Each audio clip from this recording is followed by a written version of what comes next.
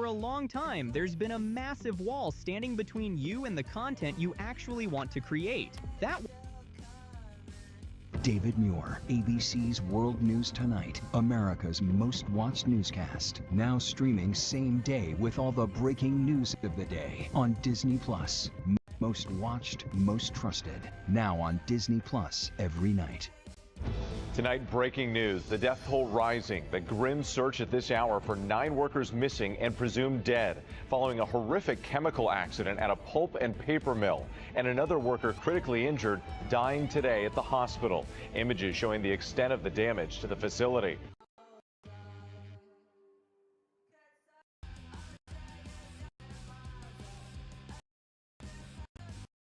Also tonight, the war in Iran colliding with the midterm elections. President Trump claiming he doesn't care about the midterms when it comes to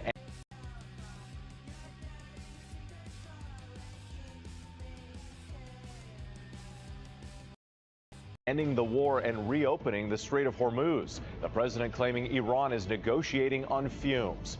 Tracking severe storms across multiple states, dangerous thunderstorms and flash flood alerts from Texas to Virginia. Lee Goldberg timing it out.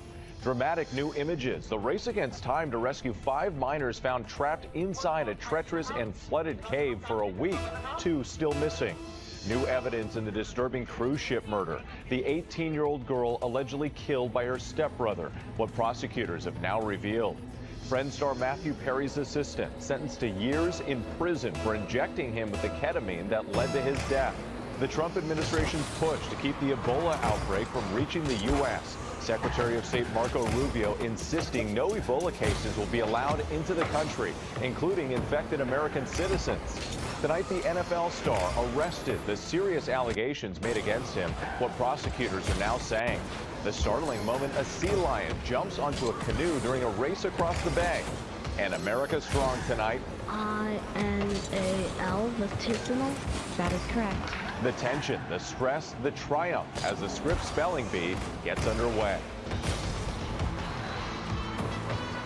From ABC News World Headquarters in New York, this is World News Tonight with David Muir. Good evening, I'm Whit Johnson. David is on assignment traveling the country for America's 250th. More on that in the coming days, but we do begin with breaking news. The deadly chemical accident at that pulp and paper mill in Longview, Washington State, the death toll rising. At this hour, emergency crews are conducting a grim search for 9 workers missing and presumed dead after a massive chemical tank ruptured more than 24 hours ago. At least 2 workers now confirmed dead. Multiple victims remain hospitalized. Video shows extensive damage to the facility. Vehicles crushed and flipped upside down, suggesting the incredible power of the blast. The search suspended for a time because of the ongoing danger at the plant. ABC's Melissa Dunn is at the scene with late details just coming in.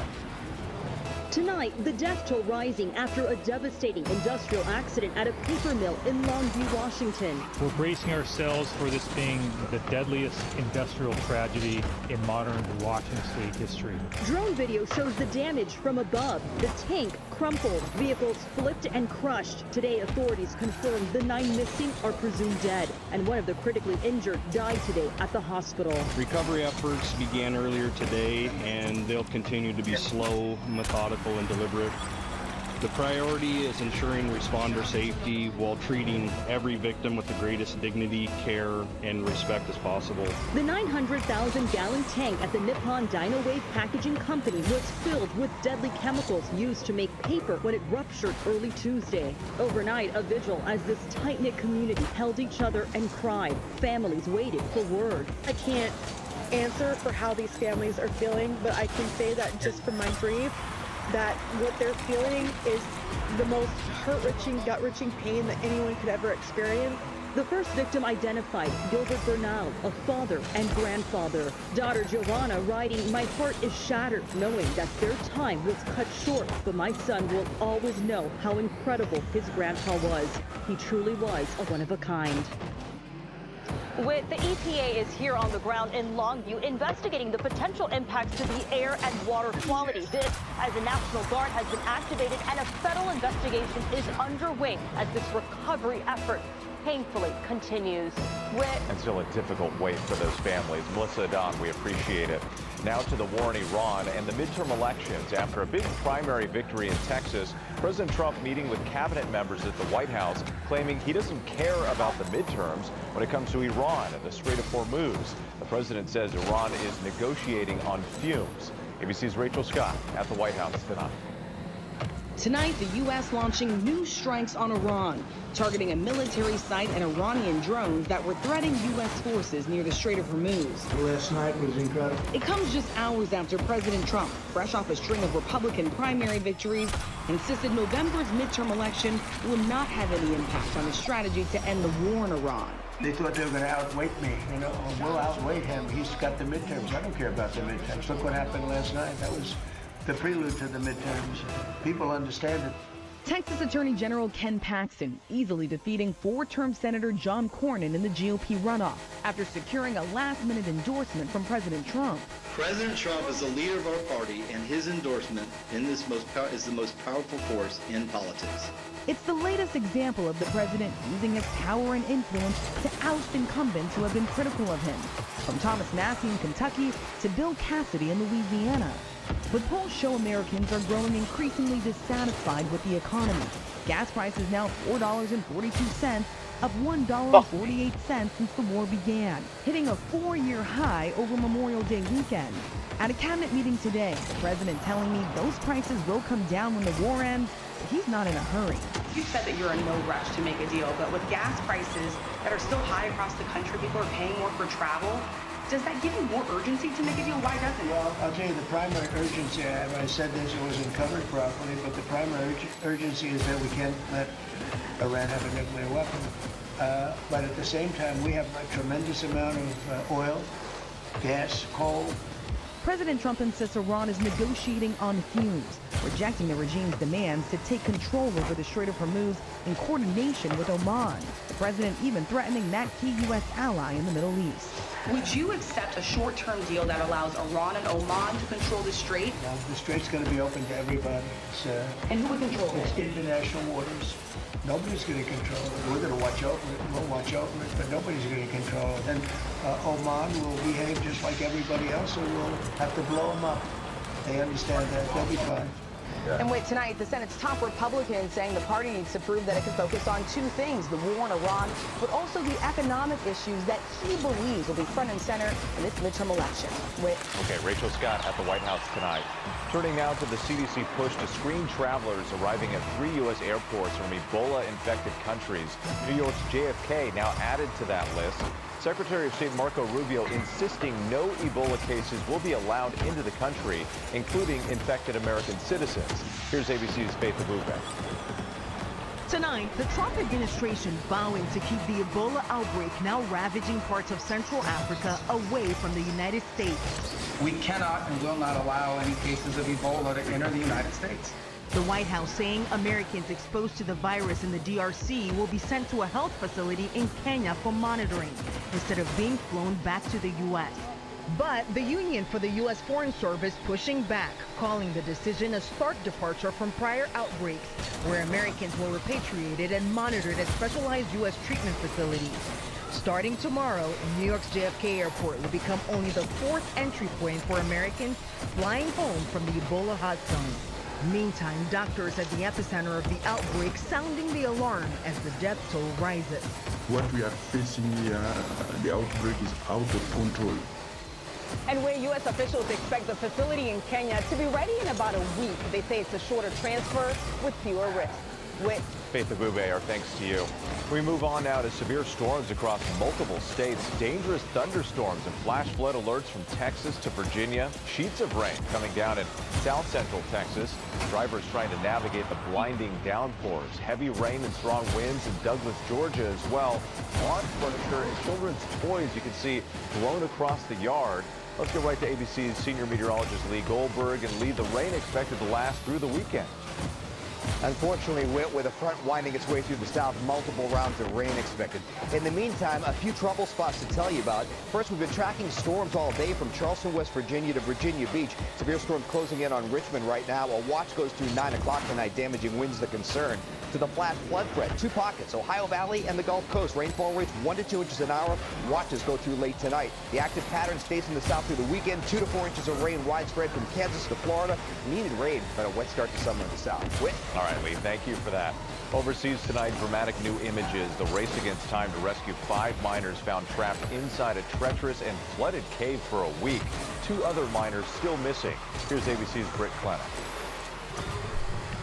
Tonight, the emotional moment. A pair of rescue divers in Laos found 5 of 7 miners alive in a cave after they were trapped by floods and landslides more than a week ago. The gold miners telling one of those divers they are hungry and tired but not injured. That first minute that I found them, they are flying. They're like, there's a lot of hope to go back. And I'm also crying too when I first saw them. Rescuers outside the cave celebrating the news. But it is a race against time now to find a way to get the 5 miners out and find 2 more who are missing. Very, very narrow. So if the water rail coming up, we are gonna down.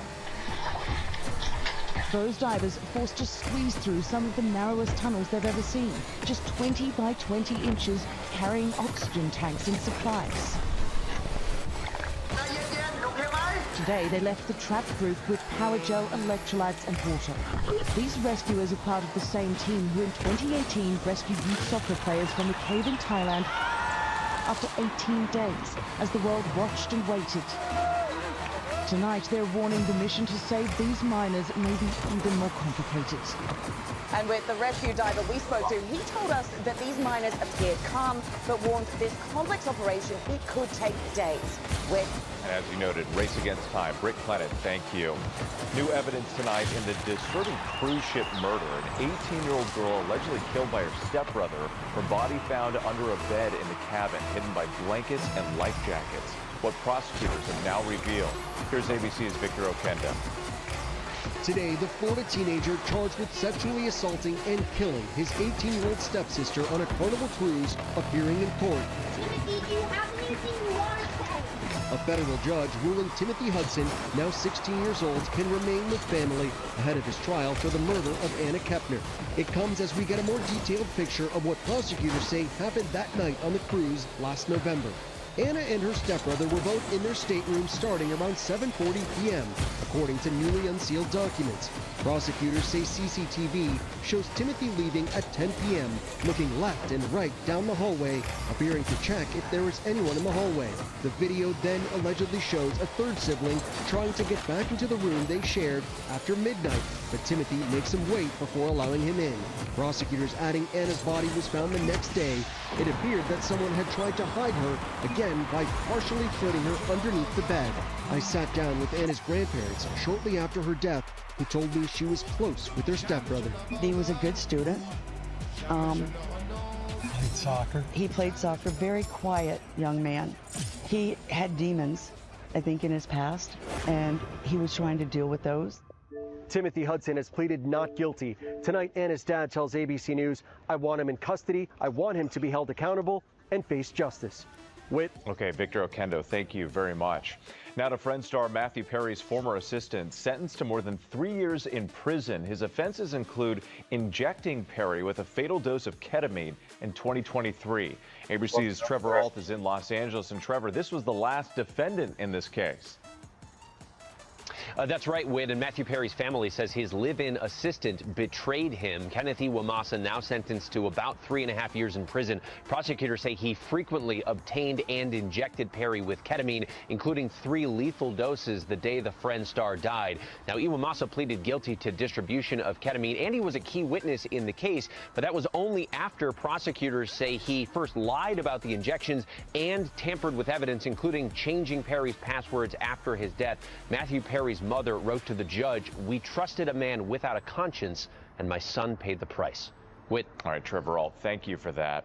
Next tonight, a new investigation underway involving Polymarket and alleged insider trading of information. A Google engineer is accused of making more than $1 million by placing bets on what users were searching for on Google, confidential data he had access to. It's just the latest in a growing number of similar cases. Here's ABC's chief investigative correspondent, Aaron Katersky. Every year, Google reveals its top searched person, and tonight a Google employee who authorities say already knew who it was is charged with placing fraudulent bets that netted him more than $1 million. Federal prosecutors say Michelle Spagnuolo's job as a software engineer gave him access to confidential data showing the singer known as David would be Google's most searched person of 2025. They allege he then used that information to place a series of Google-related bets on Polymarket, a prediction market platform, under the name Alpha Raccoon. At the time that bet was placed, federal prosecutors say Polymarket assigned a near zero probability to David being the #1 searched person on Google this year. David, who has since pleaded not guilty to the murder of a 14-year-old, making it to the top of Google's list. And soon after the results were announced, prosecutors say Spagnuolo's Alpha Raccoon account profited approximately $1.2 million. Tonight, with that Google employee is charged with fraud and money laundering and has been placed on leave. Google says while he may have had access to confidential information, using it to place bets on a prediction market is a serious breach of policy. Whit. Aaron Katersky, thank you. A stunning admission from former First Lady Jill Biden during an interview with CBS. Mrs. Biden reveals that she was frightened by President Biden's performance in the 2024 debate against Donald Trump. She says she thought he was having a stroke and had never seen him like that before. He dropped out of the race a month later. When we come back, breaking news about the Michigan woman who disappeared during a boating trip in the Bahamas. The dramatic images of a car swept away by a fast-moving river after a bridge collapsed. And the NFL star running back facing domestic abuse allegations, what prosecutors are saying tonight about possible charges. Next night, breaking news in the Lynette Hooker case. The Coast Guard is planning to ask the Bahamas for permission to send in a team of U.S. divers to search new areas. Hooker has been missing since April 4th. Her husband, Brian Hooker, told authorities that she went overboard and vanished. Her husband was arrested and questioned by police, but was later released. Green Bay Packers star running back Josh Jacobs is being investigated for domestic abuse allegations. Jacobs was released from a Wisconsin jail earlier today. He was taken into custody on Tuesday on allegations of strangulation, suffocation, and other offenses. The DA's office says it's too soon to make a formal charging decision. The Packers issued a statement saying that they were aware of the matter, but were withholding further comment. Next tonight, this heart-stopping video, a car stuck on a bridge in China plunging into a fast-flowing river after the bridge collapses. You see it right there. The car malfunctioned, and the driver was unable to put it in reverse. Remarkably, the driver and passengers managed to escape and are safe. When we come back, the mystery scene exploding across the sky in western New York. To the index now, a canoes team got quite a surprise visitor during a race in Monterey, California. Look at this. Enthusiastic sea lions jumped into their canoe, but it was a brief appearance. The mammal splashed back into the water, and the race went on. A possible meteor was spotted exploding across the skies of western New York near Buffalo this morning. Videos captured that bright ball in the sky streaking downward and then disappearing after a bright flash. Still ahead, the stress, the skill, and the triumph at the annual Scripps National Spelling Bee. Finally tonight, the mastery, memorization, and nerves at the Scripps National Spelling Bee. Hi, Lauren. Your word is decimal sexto. Tonight, the 101-year-old Scripps National Spelling Bee is underway. Acrotarsium. Close to 300 young spellers representing all 50 states descending on Constitution Hall in Washington, D.C., ranging in age from 9 to 15. The spellers laser focused, emotions running high at today's quarterfinals. The word is bancha. B-A-N-C-H-A,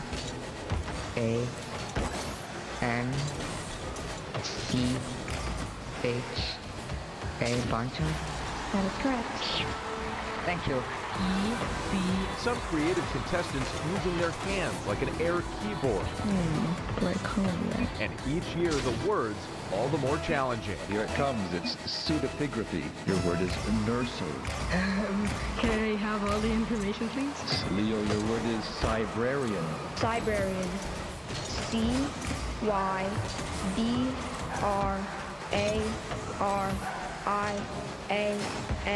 Cybrarian? That is correct. Thank you. Nervous parents in the audience supporting their children. I'm sorry. And disappointment for those who don't advance. Number line is N-E-M-A-L-I-N-E. Excitement now building for tomorrow night's finals. That is correct. Thank you. Thank you. The winner receives a trophy and more than $50,000 in cash and prizes. That is correct. Thank you. Love the enthusiasm. Good luck, guys. Thanks so much for watching tonight. I'm Wade Johnson in New York. Have a great night. David Muir, the most trusted anchor in America, the most watched anchor in America. Thank you for making World News Tonight with David Muir the #1 newscast in America.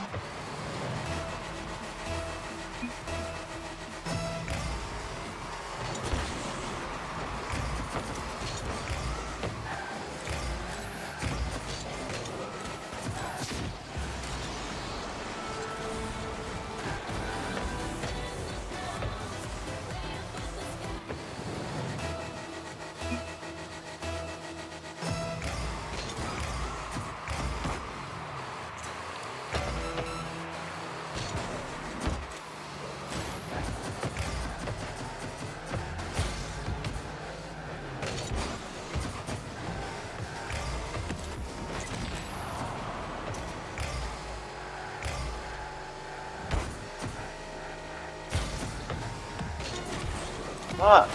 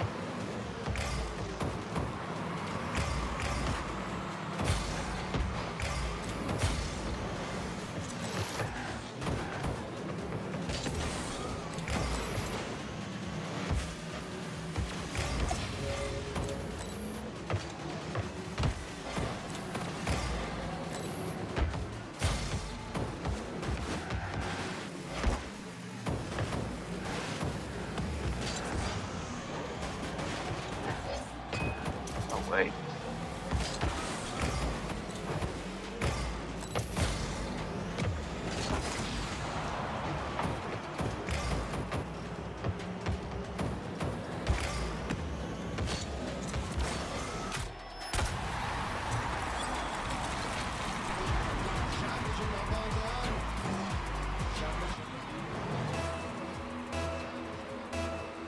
Everyone keeps asking me how I do my podcast alone. The answer, Riverside. I get high quality podcast recording right from my room. And I'm not even using expensive equipment. Watch this. Riverside shoots my recording into social clips automatically. It even creates thumbnails and writes the description, so I can post it fast without getting overwhelmed. If you want to start a podcast, this is the only tool you need. Try it for free today.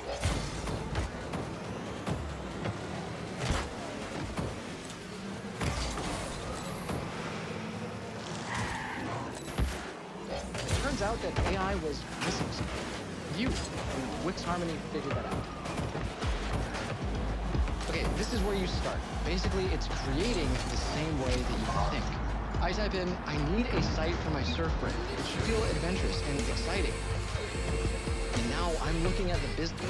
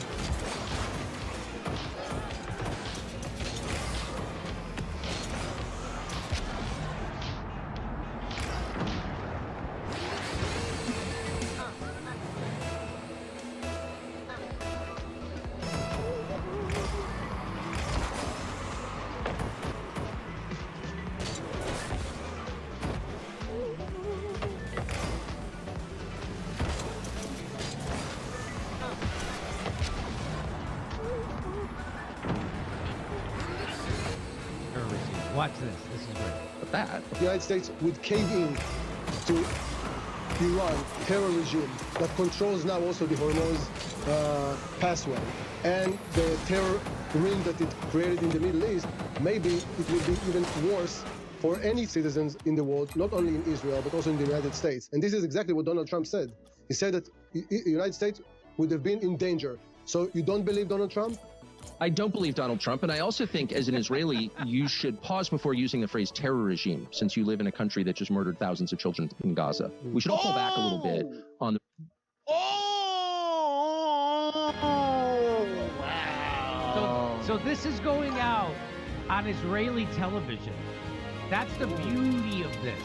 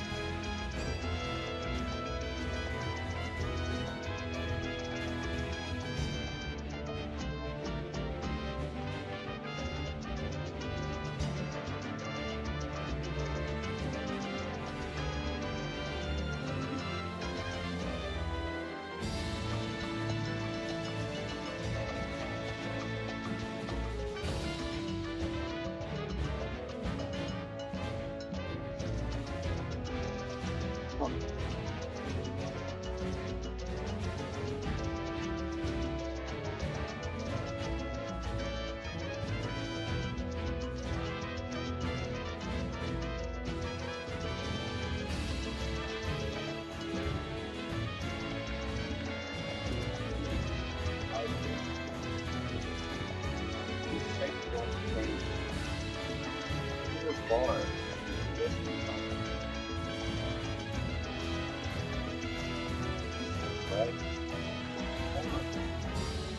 far.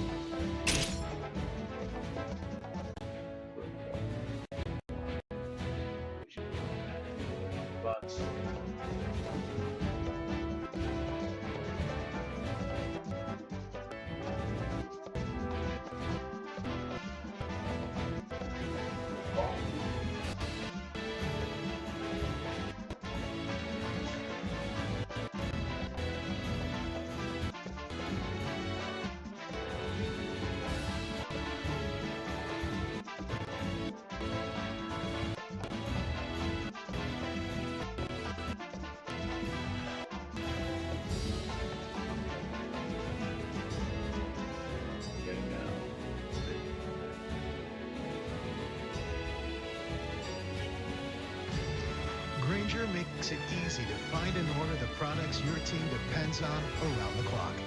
Because when boxes are packed, pallets are stacked, and trucks are waiting at the dock, the last thing you want is to run short on the supplies that keep your warehouse moving. Grainger is there to help make sure nothing runs out when shipments are rolling out. Call 1-800-GRAINGER, click Grainger.com, or just stop by. Grainger, for the ones who get it done.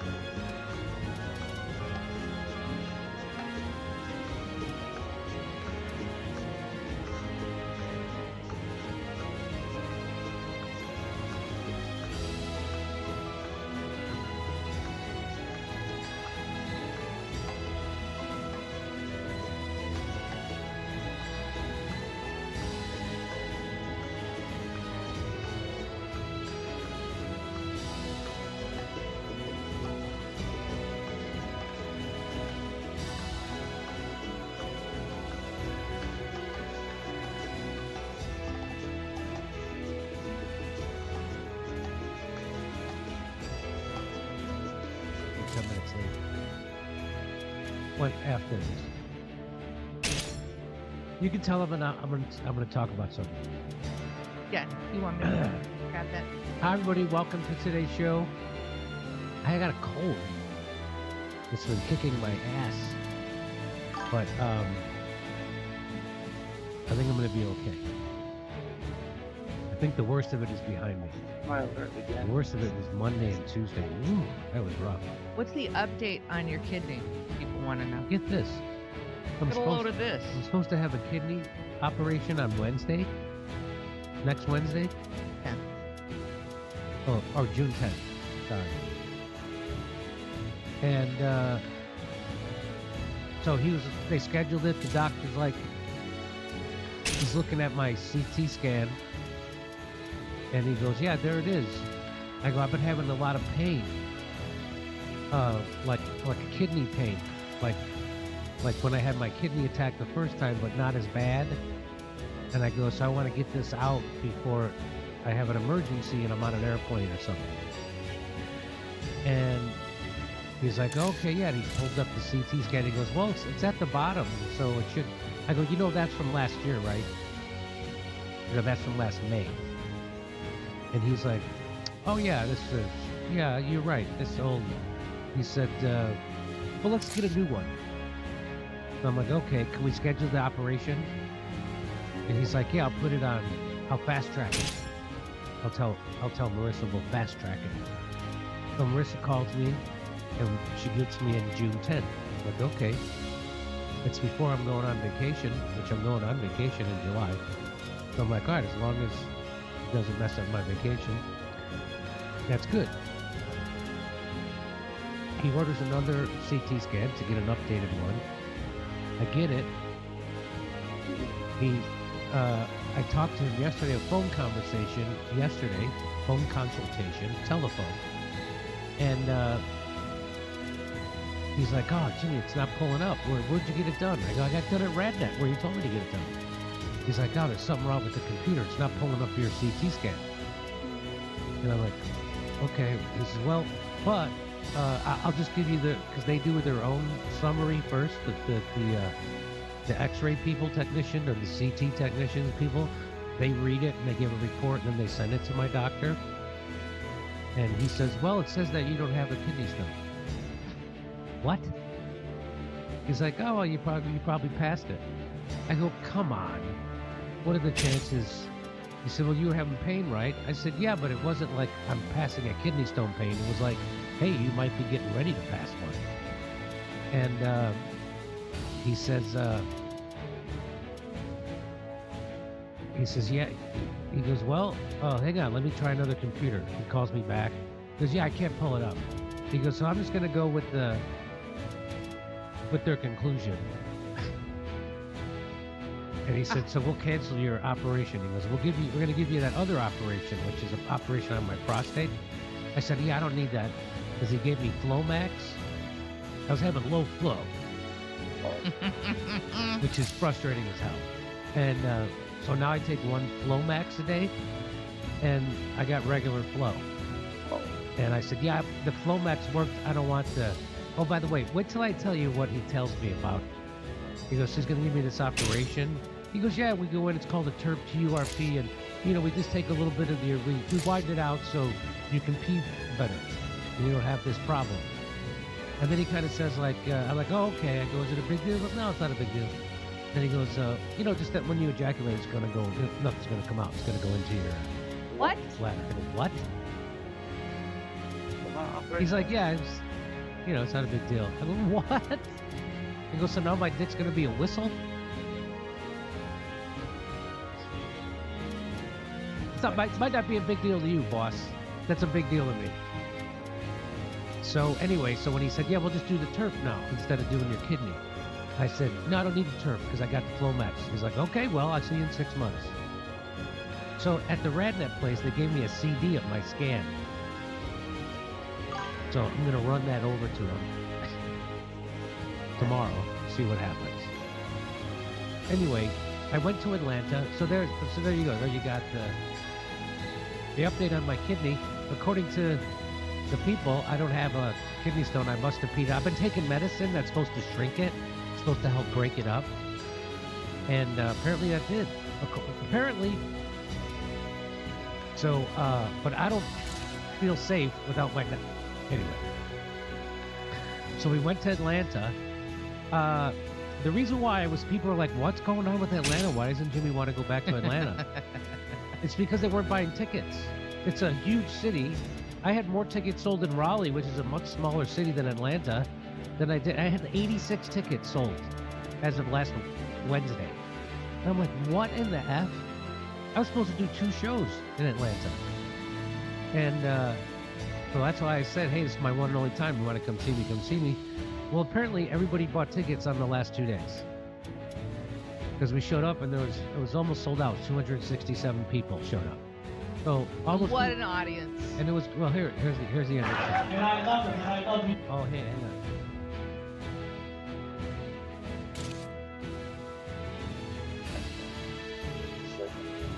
Stand by, Mike.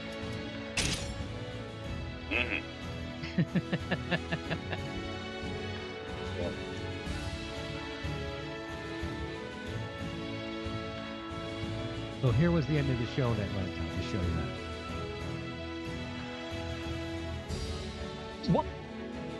I love it. I love you too. Thanks for coming out today.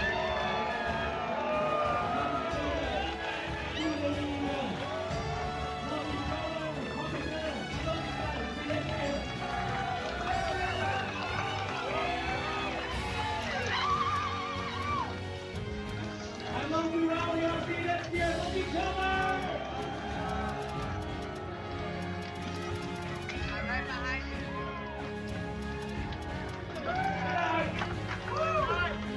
Jimmy Dore, ladies and gentlemen. Jimmy Dore, let him hear it.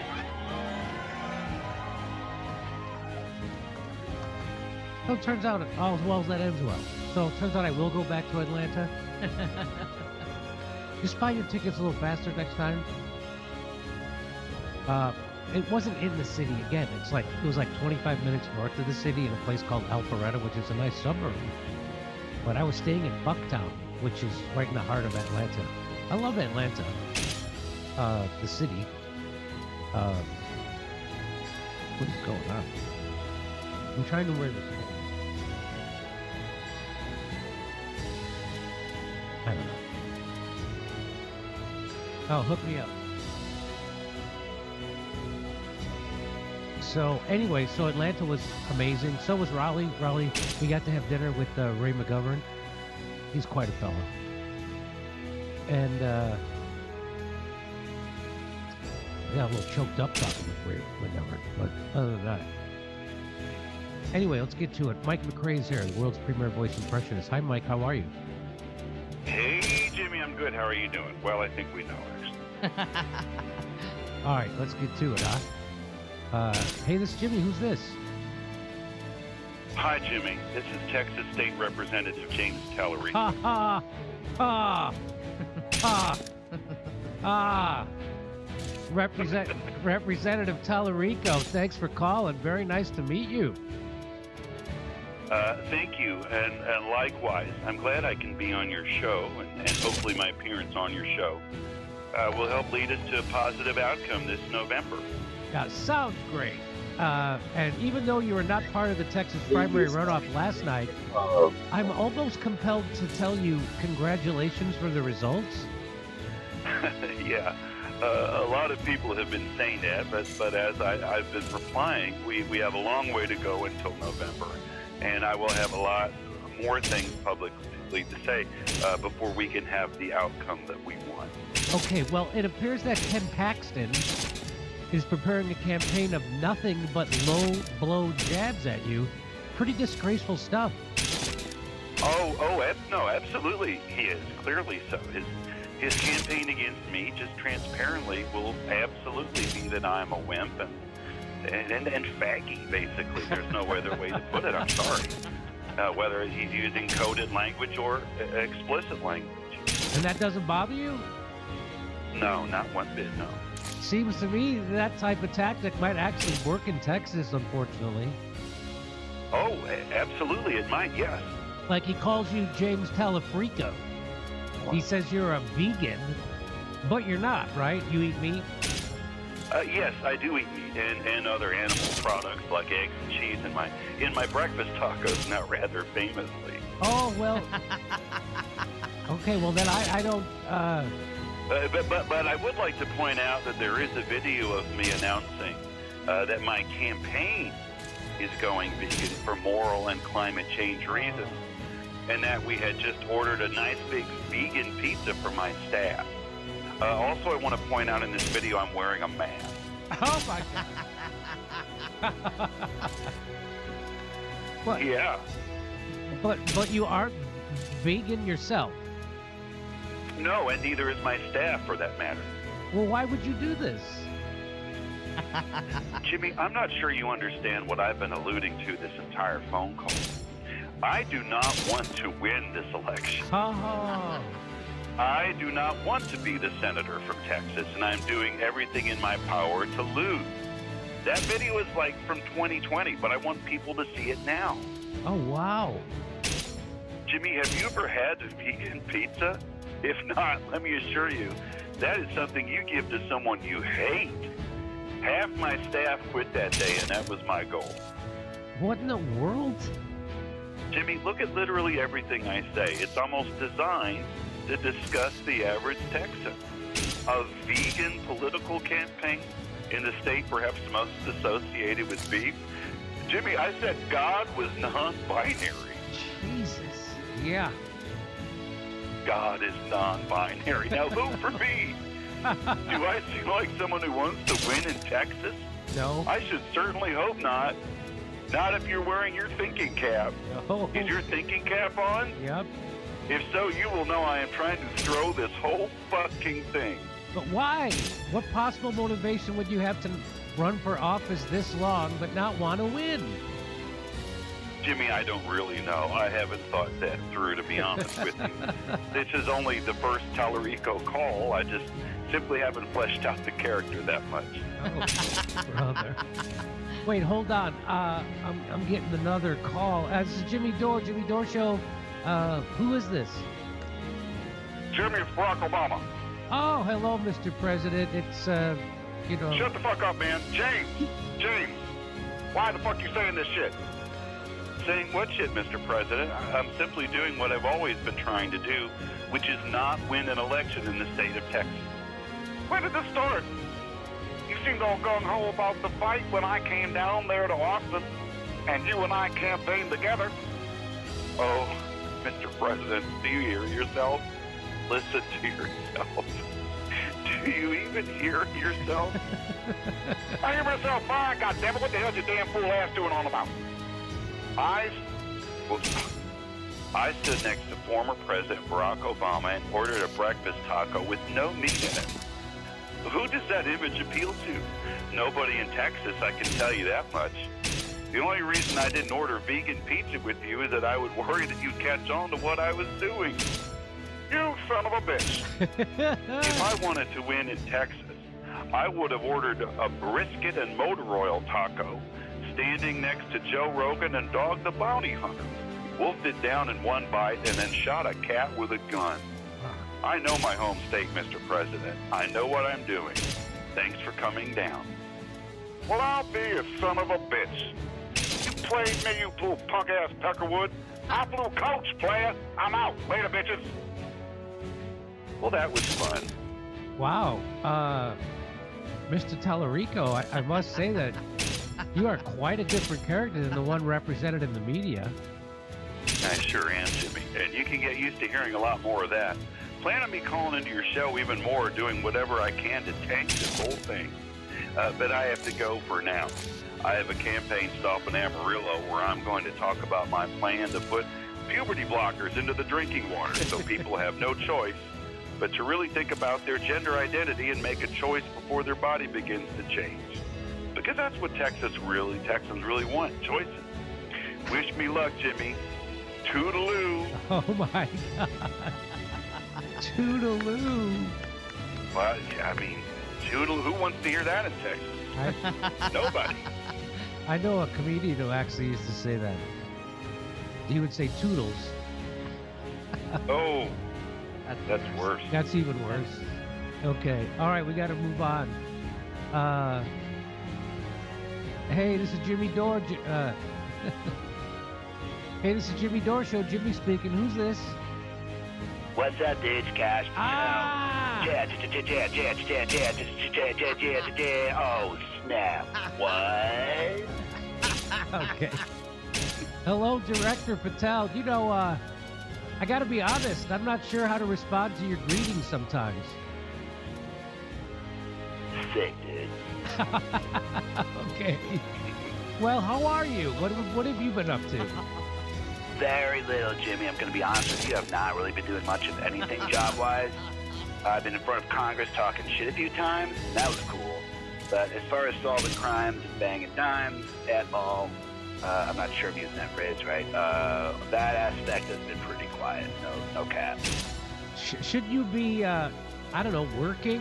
Why aren't you up front about your inactivity? Why are you up front about your activity? Hang on.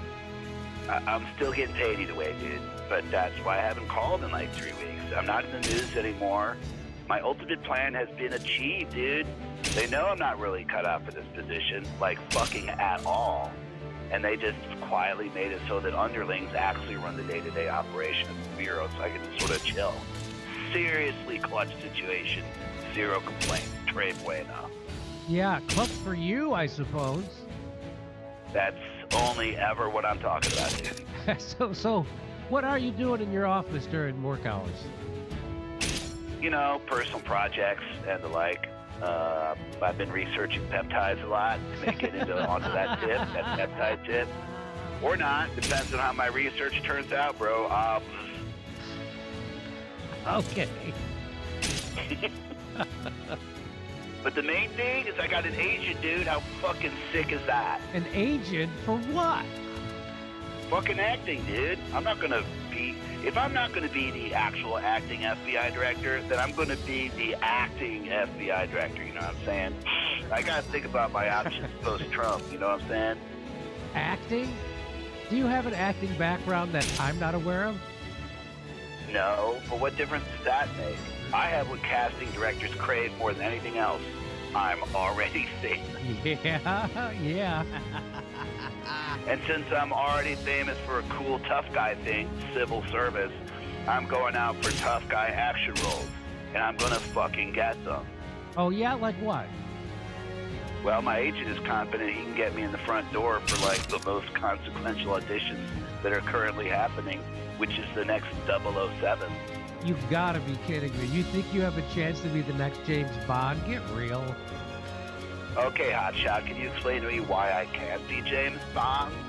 Well, it's just, you're just not what, you know, when people think of James Bond, they think, It's because I'm a short, dorky Indian, isn't it? But you know that you can't say that, dude. No one can. I'm literally taking advantage of how woke things have become. If the next Bond is white, people will literally cry racism. That's how retarded shit has become, dude. Quite frankly, you'll be lucky if the next Bond is a man, or at least a cis one. Dude, for really, I'm your best bet. At least I have a dick, dude. Okay. All that aside, you can't act and you're not British. I'm sure they'll at least keep the British part, right? I mean, how hard can a British accent be? Hello, bruv. He's James Bond. He works for the government. MI6 and all of him. Me and Randy and them is spies. Hey, love, want to get a curry in it? I don't think that's James Bond's specific British accent. Yeah, but I'm like South Asian James Bond, you know? Who's this agent of yours who thinks you could get an audition for James Bond? Brian Lipstein.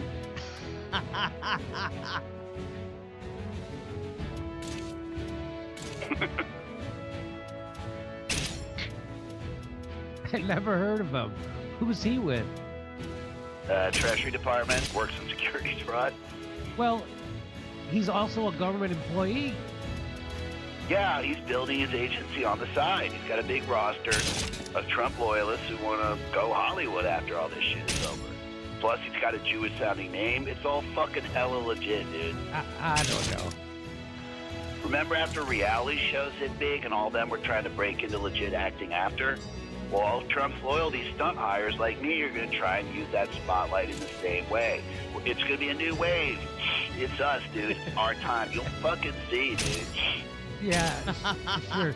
You sound delusional to me. Fuck you. You're the delusional one. I'm going to be James Bond. Fuck yeah. Why don't you do some actual FBI work instead? Because there are no crimes happening right now, dude. It's our slow season. It's not crime time right now. It's a layoff.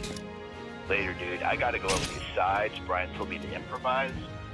Bond enters. Hello, Moneypenny.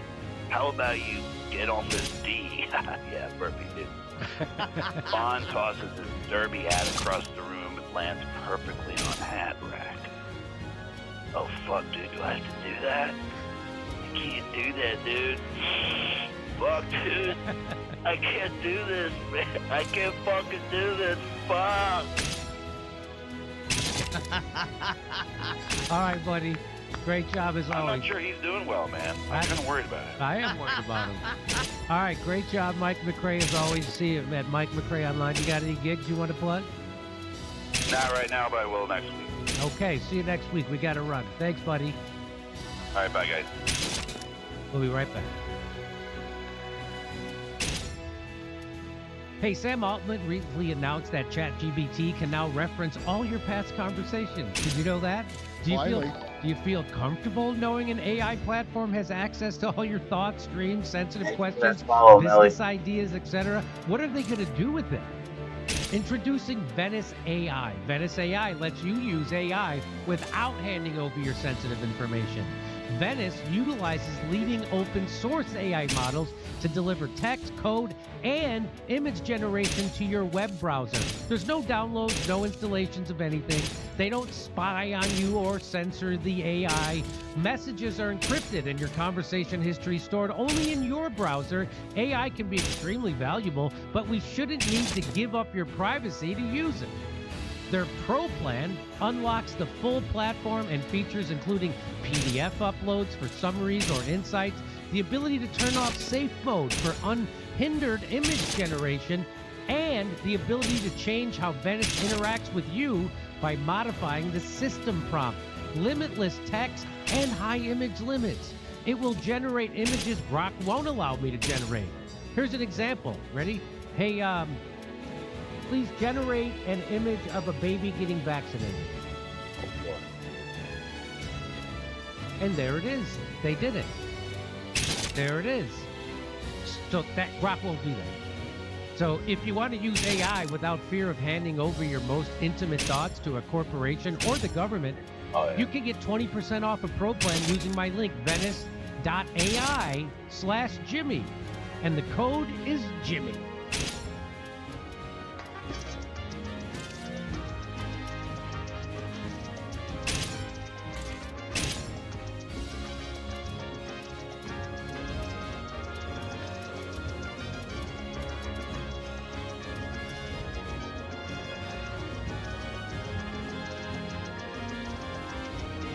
Prices.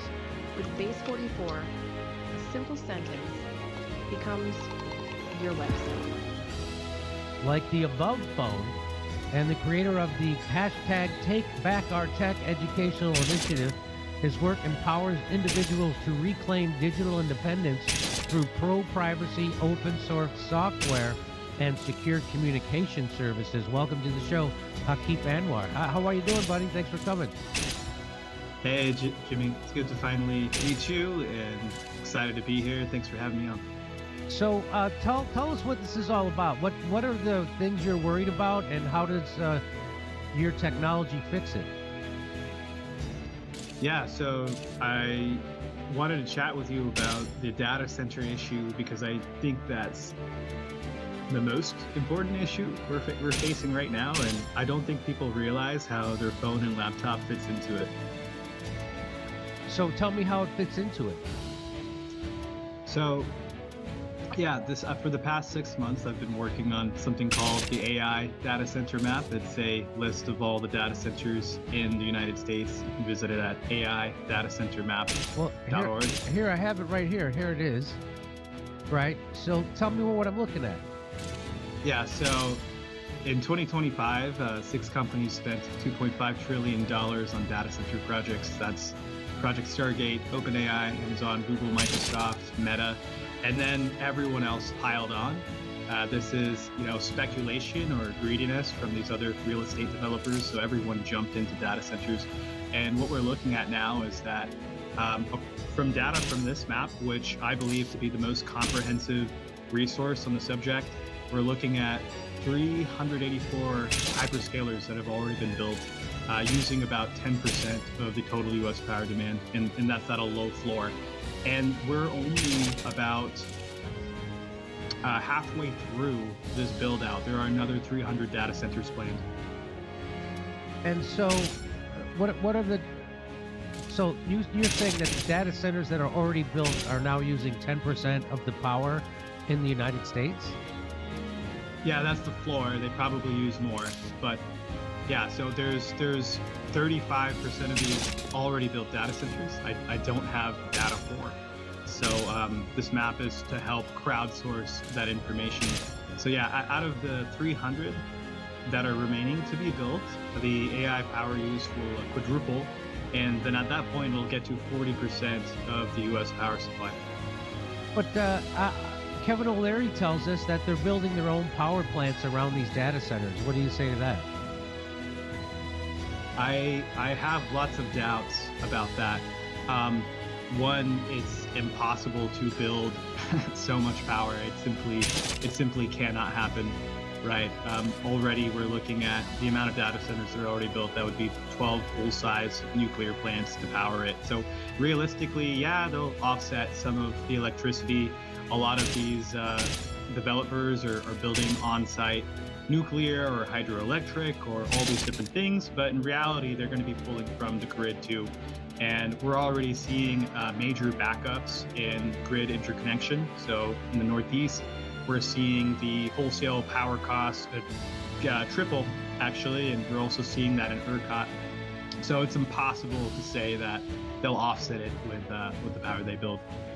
And, you know, you have, so the ones in red, according to this, this is where the current water stress are. So if it's red, it's a severe water stress, and if it's like the yellow, it's mild. So it doesn't say. First of all, why do they need all this water? How does water cool a data center? Why can't they just use air conditioning? That's a really good question. Yeah, so like the bad guys here, the ones we should be scared of, are these hyperscale data centers. And before these AI data centers, we used to run everything on normal data centers, which used a reasonable amount of power. So just to give you some perspective, a server rack in a conventional data center used about 5 kilowatts. So a hyperscale server rack uses about 20 times as much. And the reason it uses so much power is because these AI chips have billions of transistors inside them. So the NVIDIA Blackwell, popular professional AI chip, has 200 billion transistors inside of it. So these AI chips, each of them are performing a trillion calculations per second. These things get so hot at full load, it's comparable to the surface of the sun. So, you know, they've got to cool that down somehow, and that's why they're using all this power and water. But like, so what do? They spray it with water? I don't understand where the water comes in. Well, yeah, so they pull it from the ground, or they pull it directly from municipalities. They usually have contracts with municipalities. And what they do is there's different cooling systems, but essentially they output the heat and have water nearby so that it heats up the water, and then they just cycle the water out through cooling towers, and they just let it evaporate and disappear into the atmosphere. Now, a lot of these data centers are now saying they have closed loop systems, but in reality, we just have to take their word on it, because there aren't any companies that are fully even metering their water use. So they say, hey, we've got these new efficient cooling technologies, and I say, okay, let's put a water meter on that everyone can see how much water you're actually using. When I looked at Google's transparency report, which Google's supposed to be the most transparent, I found this little thing in the fine print. Let me bring it up 1 second.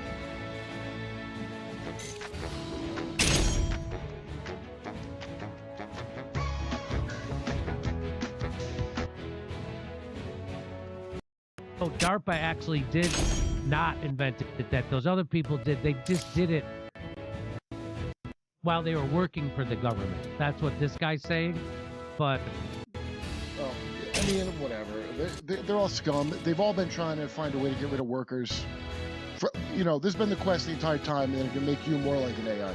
So this guy comes back with modern AI wasn't created by one entity. It evolved from decades of uni research, defense funding, public infrastructure, semiconductor advances, then massive corporation scaling, meaning Google, OpenAI, Microsoft, NVIDIA. The actual field of AI predates DARPA academic research in the 50s. So it's been spoken about for quite some time, and all the sci-fi authors, that they say, how did they predict the future? Well, they're all part of the clubs that were coming up with this idea. That's how Isaac Asimov and all these other people. Oh, Arthur C. Clarke, the scumbag pederast, had to go move to Sri Lanka because he was so bad.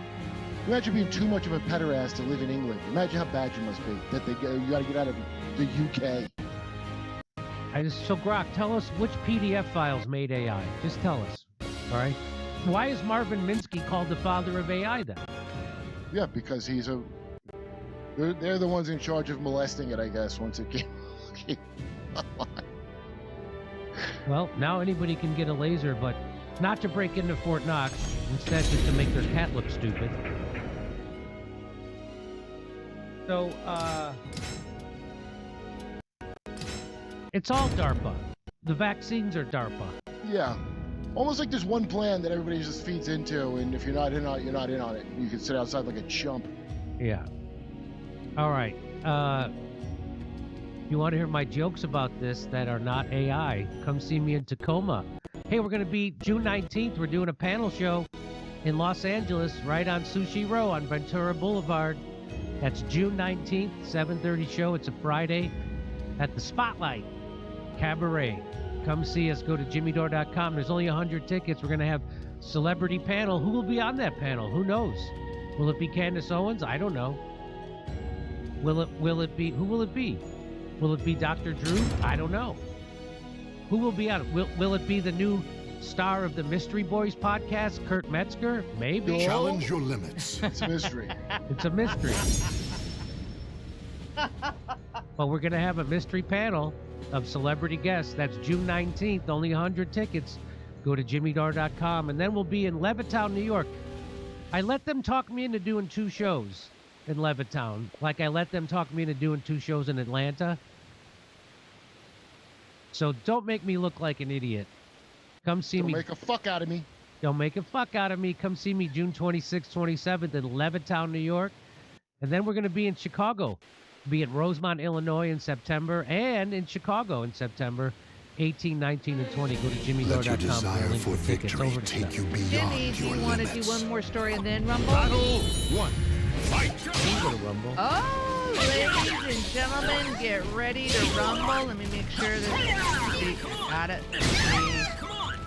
Sure. Boom. Okay. Let's see, and I will pin it. Pin it. We will see you over there, folks.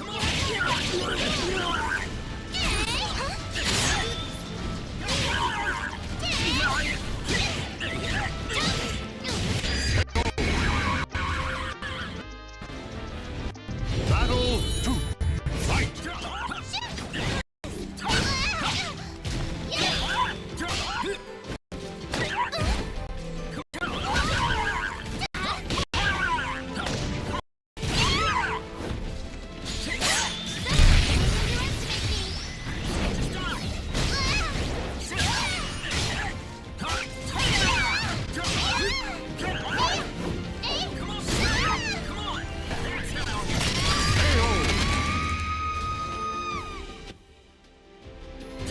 Battle 3.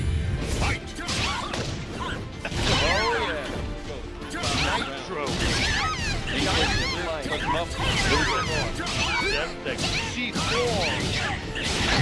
Well, with 28 knockouts or KOs between these two, don't blink, folks. This is going to be action-packed. Expect some fireworks. No, it's not going to triple-double overtime. That's right. We are underway. Paul Daly and Jorge Masvidal. Daly just misses with a wicked hook. Daly in the white shorts. Masvidal in the red. Hey, big loop over there. Final battle. Fight! Good stiff jab there to the body. Most of the time it's set up straight to right.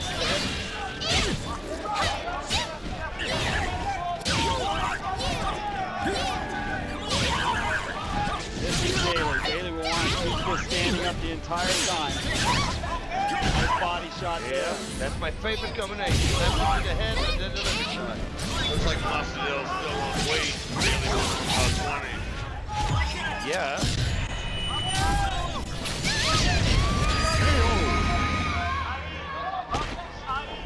Oh, the goddess of victory smiles upon the strong spirit. Tape, throw up. Tape.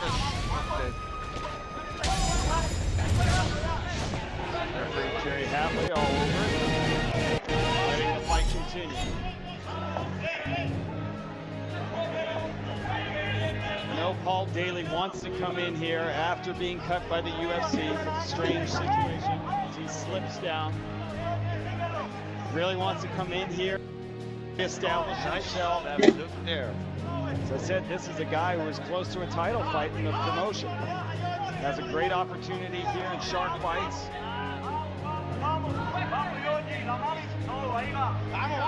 But again, you gotta wonder where his head is. He's always missing weight. We saw it up at the MFC in Edmonton. Right, and I'm gonna say that's more of the problem, you know, with the UFC, not wanting rather than him cheap shotting, you know. It's a lot of issues there. You can't have a fighter if you can't make weight. So he is no value. Great points. Masvidal grabs the leg, goes for a single leg takedown, complaining about a poke to the eye. Referee call time.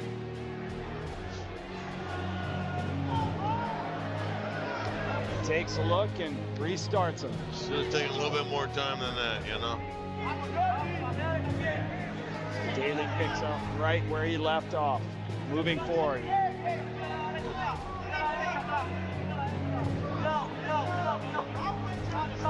High kick by Daly.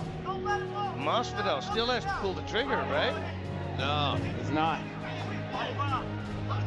None of what.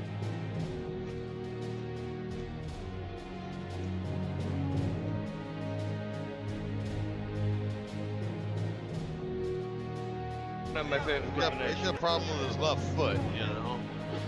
Not the problem with that right eye. Stalking him, staying right outside his reach. Perfect distance, it's in and out. Moving beautifully, just misses with the right hook. Again. Oh, there he connected. Low kick there by Masvidal and some type of crazy head kick by Paul Daly. What do you call that one? Steven Seagal did that kick, only he was on a wire. Masvidal, nice shot. And it broke the wire. Yeah, a little too heavy. Goes in for a single leg takedown and gets it. Very smart. He was just baiting him. Let him come, let him come. And wait, and there's the shot. Smart fighter.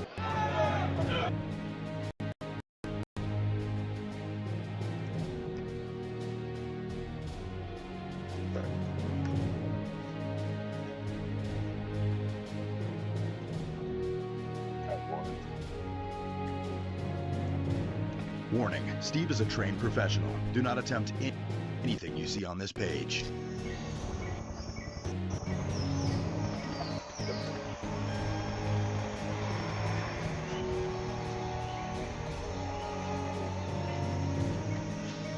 Alright boys, welcome to a new video. Thank you guys so much for everything. I know it's been 3 weeks.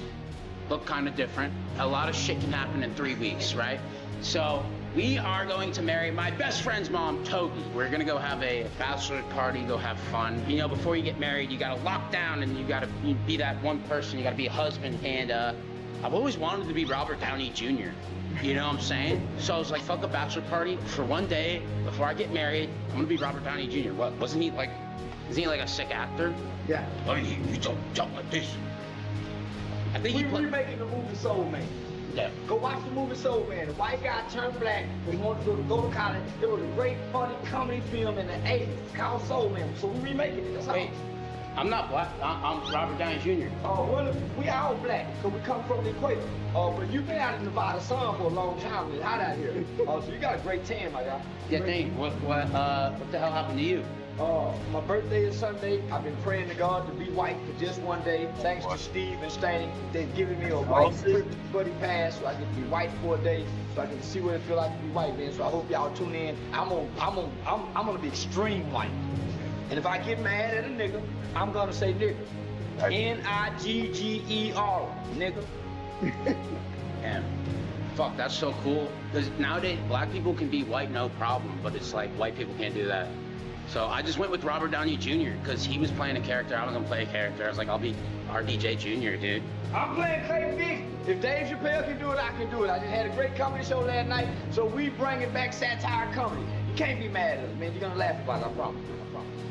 I don't know what he talked about. I'm getting married, so before we get married, we're just gonna have a little fun. I told him put a sock in the drawer and put them gray sweatpants on so he got that nigga print in the drawer. That's what I told him. I'm not black. I'm Robert Downey Jr. I'm wishing you would be black. And I love Robert Downey Jr. I mean, great, man. But I was praying that Steve could be a brother for a day. At least my brother. Brother. Thanks, brother. I'm Robert Downey Jr. in that movie Truck Done. I've only seen half of it. I haven't seen the full thing, okay? So, sorry if I got the movie wrong. I don't know if I got the hair right or if I'm playing him wrong. I don't know how he talks. I don't know, what was his character in that movie?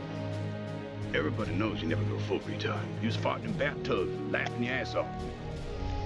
All right, guys, welcome to the new video. Thank you guys so much for the 3-week break. We are up every single Wednesday, 8:30 Eastern, no matter what. Next video on the 3rd is going to be a live game show, live on YouTube, and then after it's done, it's gonna turn into a YouTube video. It's an experiment, and we're gonna invite a live viewer to come on the game show at the end just to do Deal or No Deal. And then the following week is the craziest video ever, collab post with Togi on the 10th. And guys, we give away $50,000 every single week. All you have to do is like this video and comment your opinion and comment your Instagram. Those are the new rules. I like those. I really want your honest opinion, what we can do to make the videos better. I'm really passionate about the videos. And PackDraw! This video is sponsored by PackDraw. PackDraw, you can literally win real-life items online, and they ship it to your house. My favorite is the Rolex packs, and you just spin them, and then there's like packs where you have like a 10% chance to win a Rolex, a 1% chance to win a Rolex. I just asked PackDraw if I can have $100,000 of my pay, and in the ad, I'm gonna spin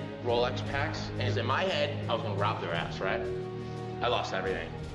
You can cut to it. So I'm spinning 3 Rolex packs. Every single spin that I do is $5,000. All we need is gold, and we could literally retire. Okay, boom. Oh my God, we're 2 rows spinning it. Minus $6,000. Minus $6,000. Minus 24,000. No. No! No! I just lost $100,000. Okay, pretty sad. I lost $100,000. But you know, I smoked a bowl, listened to some Iceman, got a little pep in my step, and I'm ready to promote my fucking awesome partner sponsor, Duke 13 PackDraw. Code Steve will do it. 5% deposit bonus, and every single thing that is earned on that code goes back to the user. Oh, you can move real life items like these cars. You spin it, get a gold, to your house. I have so much energy because I'm a loser and running on no sleep. Love you guys. Boom.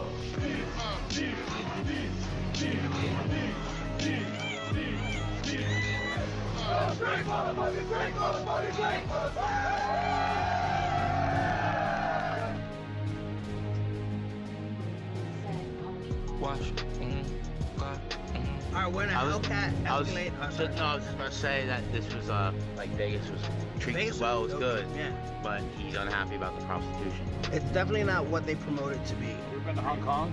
Tijuana? No, I'm in Vegas right now. I'm worried about Vegas. No, he's a hooker connoisseur or whatever. He loves hookers, so he's. Nah, that's none of that's actually. Yeah, Bradley does love hookers. And he likes them while they have an OnlyFans account at their peak. And everyone knows this. When you're at your peak of OnlyFans, your age has a lot to do with it. Just turned 18. It just, I love how, like, this conversation is like I'm in the shadows.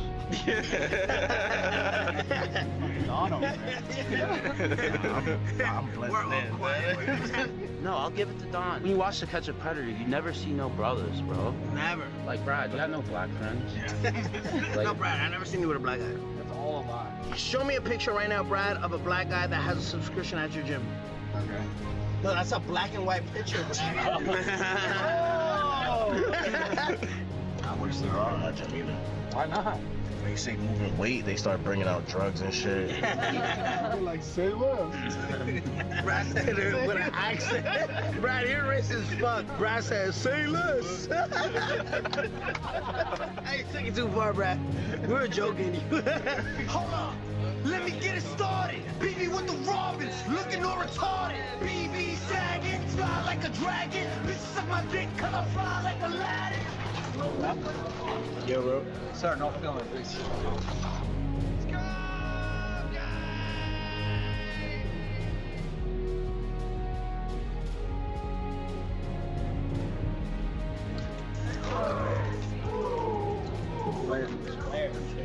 Yes! Bro, the rock paper has not been wrong. I just left Starlets and I ain't even cash out. I back up straight to the trap house. I'm blowing back up. So we just killed the Bellagio. We murdered them. They didn't want us to record, so we said, you know what? We're coming to the Red Rock, right, Brad? Exactly. Show me your chips.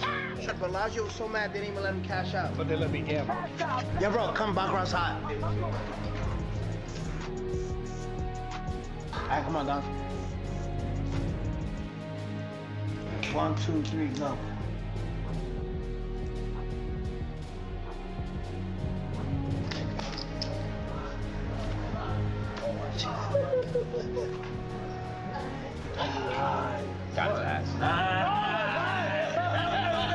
Yo, out of rock, paper, scissors, boys, at Bellagio, we won 12 hands in a row. They only failed one hand. There, put that whole shit, bro. Let me see yours. 6. Yes! I guarantee there's gonna be a guy with a black friend who's gonna be like, we gotta try this.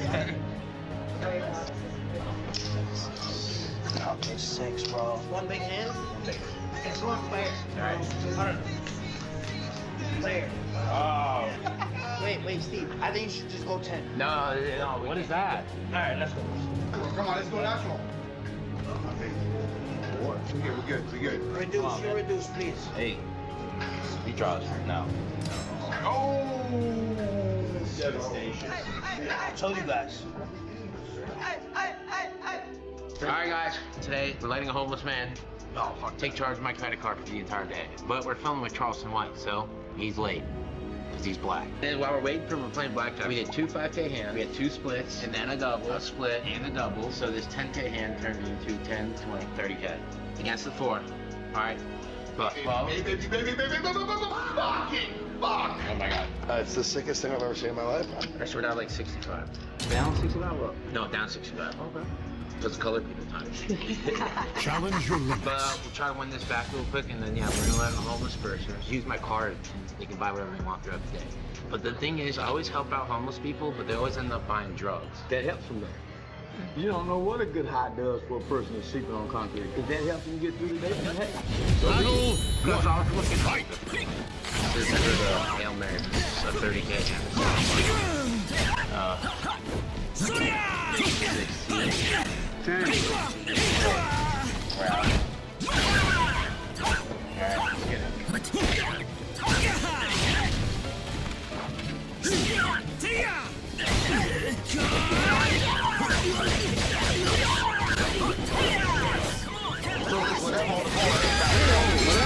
If they're smart, they'll buy a car or a fucking... They don't think they can buy a car. They buy a car better. This is unbelievable. The motherfucker showing up and they just say, you buy a car? Yeah.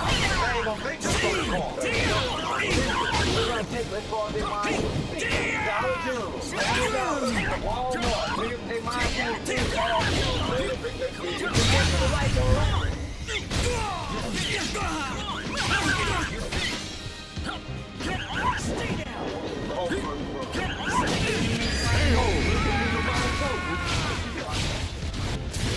Spirit surging. Fight. I can do it.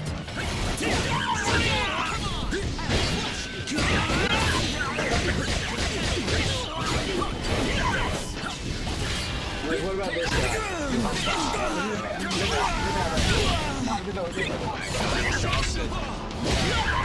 Are we really in Thank you. Anything else,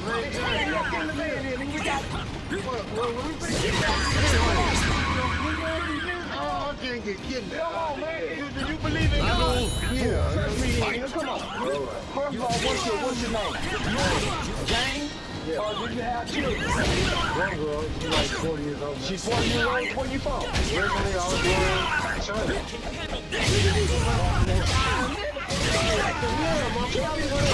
My father went to Moore and made a baby. And when he came back, they called him. He had to come back to pick me up from Taiwan. You in prison time? Yeah. How long you been free? I haven't been in 2000. Okay. Any violence on your background here, though? What, financial, petty crime, selling dope, drug possession? Battle. We just get a little background information. So what do you think about that? Everything is surviving. When we woke up this morning, I was a good dude. I was happy that I woke up. Some people don't. My feet didn't take me to the right places. I mean, avoiding. I ain't never heard that before. My feet take me to the right places. I'm avoiding trouble, man. I've been in prison in over 5 years. At this age of life, what's your outlook on life? Well, I'm in the country, you know, I've been okay though. I'm optimistic, so I feel that the future is going to the right. Yeah, but you think not really, maybe strong. Yeah, you want the right choice. Yeah, whatever forces you are, we was really gonna go past you. I'm looking out, man. This is something different, my nigga. So they gonna take you and just let you get whatever you want. You got something for the drugs there. I'm looking for the pink cocaine. Yeah, I'm looking for the pink cocaine. I don't know where it's at. Charleston, you're running low on time. I was supposed to give you a full day. You have 2 hours to spend whatever you want on my credit card. That sound good? 2 hours. Me? Yeah, sound good. What is it you want to go? Man, I need some clothes to go, man. I need one of them scooters for 10. Nigga, this can come up. Physically, yeah, this when you dust yourself off and get back up on the home.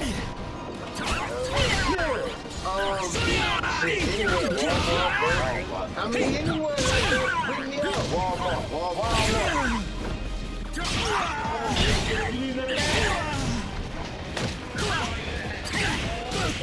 This guy got missions on it. What do you want? Shoe first? What size shoe? 13. Actually, it's a big deal. You only got 2 hours. Beast literally would do a whole video letting homeless Christians spend my credit over 24 hours. But no, not me. I lose $300,000 before I gamble it. And now I only give him 2 hours. Called being a real good, right? Come on, we gotta move. Your dog, is there anything that you can buy here that you can flip out in the street?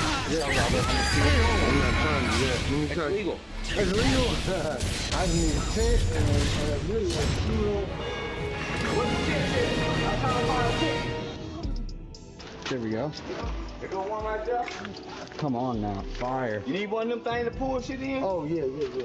Pull all your shit in that shit, gang. Pull the nice in. This it right here? Yeah, you like that? Tires are bigger on this side. Yeah. Right? Stop it, man. I ain't gonna use that shit. Nigga, what you mean I ain't gonna use it? All we gotta do is just find him a coat or one of them long cords. He got a tent. He can put that in the tent. This might work. Anything else? I just need the unlimited phone and data. Unlimited internet, everything. Yeah, that's fire. Dude, we need to get you an ID. How do we do that? Can't be that's on me today. Anything else? No, just the stuff we have right now. With a cushion, south, like your grandmama in the home. Luxury. Nigga, it's luxury living home. Nigga, luxury. He can put the hole in the ground and nigga sit down with the top up, with the hole. Oh, my God. Right outside the tent. I got him when he get cold. Oh, yeah. I got that for you when you get cold. Yeah. That's your bag for your hygiene stuff. And What's up, fella? I'm the motherfucking Black Dragon. I'm a celebrity too. You at work? I'm a celebrity. Yeah, no, not right now. Come on, hey, challenge your limits. Can we collab? Not right now, nigga. No, my nigga, not right now. Cause okay, but not right now. I'm friends with Dame Dash. Look who I saw yesterday. Look who I saw yesterday. See that? I'm a celebrity. Wait, what is this? Fuck all that. Let's go. Fuck all that? Yeah, nigga. Hey, my nigga, my daddy from LA, he know all about you, cuz. Don't ever say fuck my business, cuz. Man, fuck you, nigga. My daddy know you, cuz. Nigga, I don't give a fuck about nothing. Nigga, better get your bitch ass up out of here, nigga. Cuz, my daddy know you. You fuck me. Fuck me. Let's go. Fuck you and your daddy. You're chimping out, nigga. Did you say nigger? Yeah. Let your desire for victory take you beyond your limits. Why you borrowing Tulsa Williams? Don't get me. Nigga, face ass out. Knock your fire. That guy right there, man. He's chipping out. He needs to leave. He's very mean.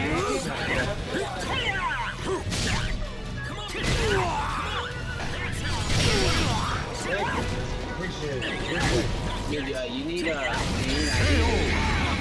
You know, you only help so much when you have an idea. Battle 2. Fight!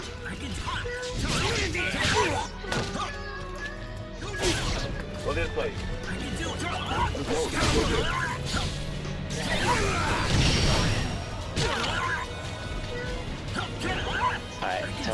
Charleston, we're just here to get money from Nick.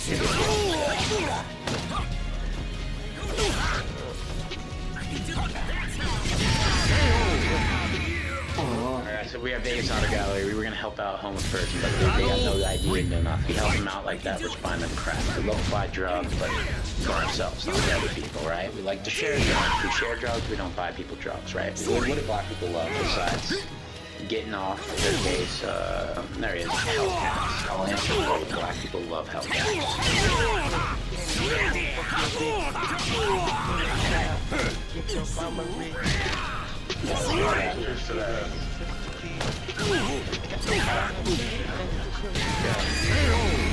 What kind of car is that?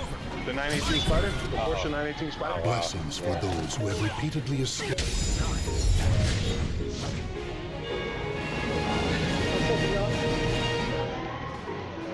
Happy B-Day. What's up, my man? I got you Hellcat. Or a demon. A demon? Oh, yeah. Come on now. No, nigga. Happy B-Day. Boy, ain't nothing like having some real niggas for some friends. Real niggas do real things. The demon too. Nigga, it's a bad motherfucker, nigga. You see the big dog Mickey Thompson wheels with the weld rims? Drag pack ready to go, baby. Speechless. Yeah, what to say, man? Thank you, man. You're welcome, dude. Yeah, my nigga. Did I go black enough? Or Yeah, you went black enough. Black on black. Black on black. This is considered a collector's car in the future, right? Oh, yeah. Oh, yeah. 100%.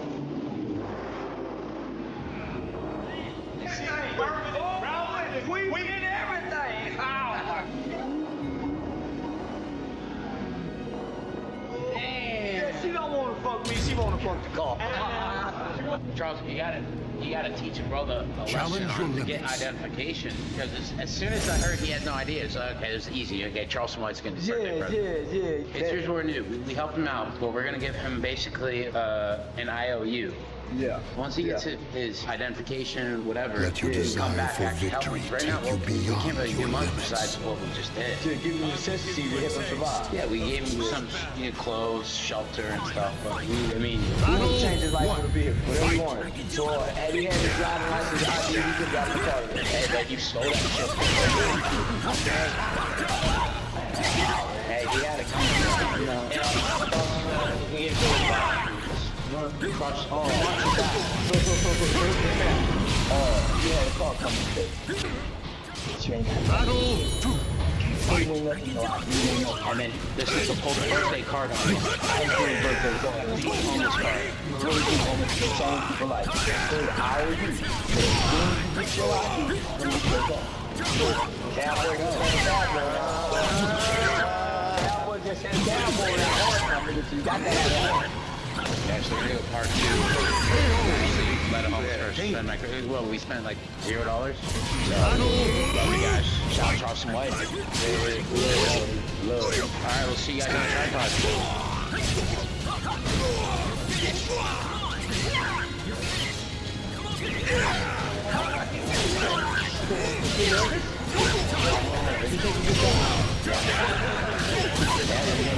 You guys want to live off the back? He's living in my house. He has a van. Well, he has 2 vans. This is his personal van. He has a work for him, too. Okay. 50% chance there's a under. No, 0% chance. It's good.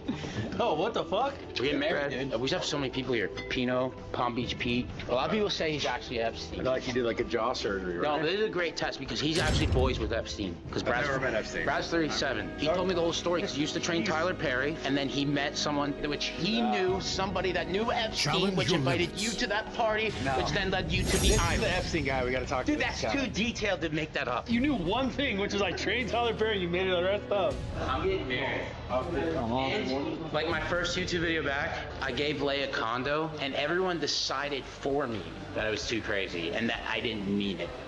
I meant it. So I'm giving him 20% ownership of a house I own in Las Vegas. It's worth like $1 million. Raz lives in it, Raz Q Locks. He's been paying $66K a month for like the last 2 years, 3 years. So that's $1,200 a month, I think he's gonna make. If I sell it, he gets 20% of it. I own it outright. So, all right, we're gonna go to Red Rock.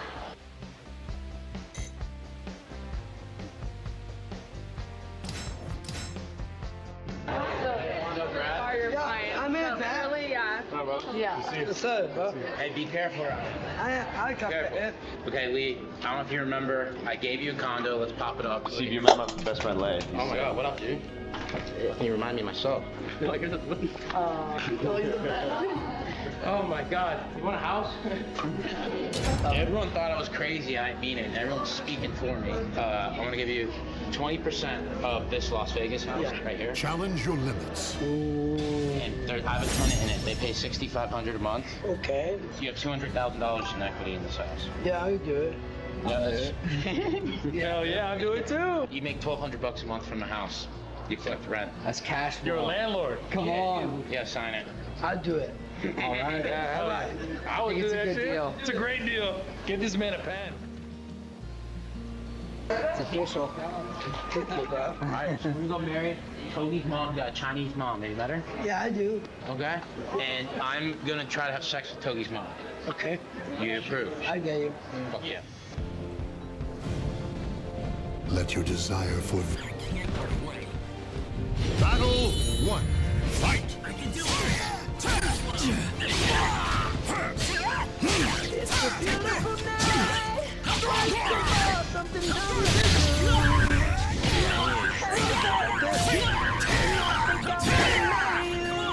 Fine, we get married to a Chinese woman. Any last words? We're gonna have to follow Toby. I do. You guys have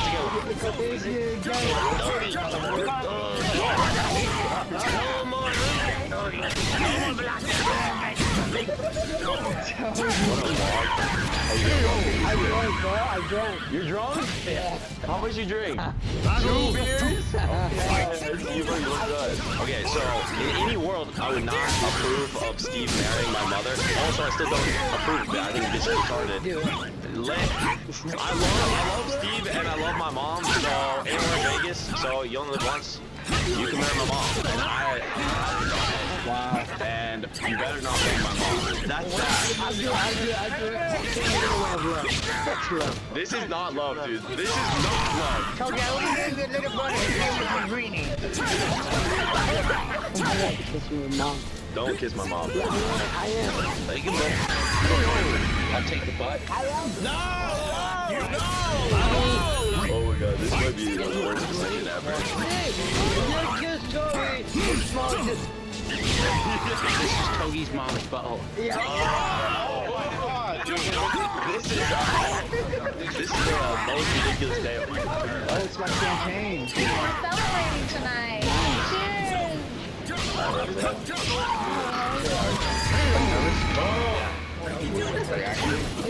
You were not. I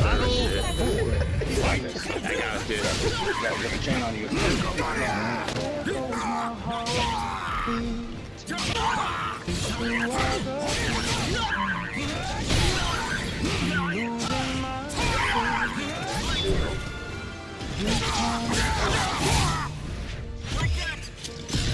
There goes my mind, and you are the reason that I'm still breathing. I'm hopeless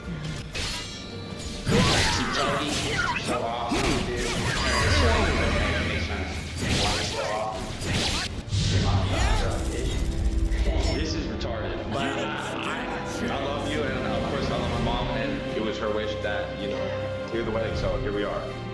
You are here today to commit to another for life.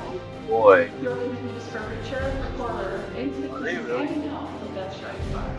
Do you understand the commitment that you're making here today? Yes. Yes.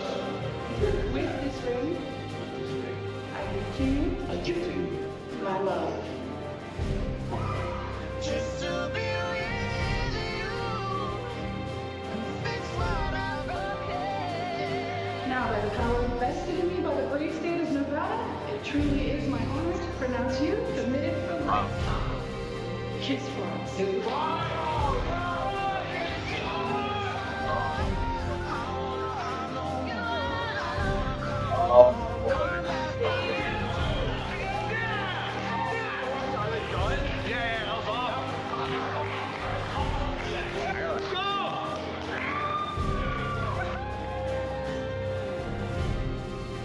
so fun. I Oh, boy. All right, everybody. We're raising our glasses to the bride, Wendy, Oh, and to the groom, Steve. Steve's a great guy, and he's very generous. And I want to wish them a very happy life. And considering he's a virgin, he's very happy tonight because this is his big night tonight. Yeah, fucking Togi's mom. And, Yes! God damn it. Yes!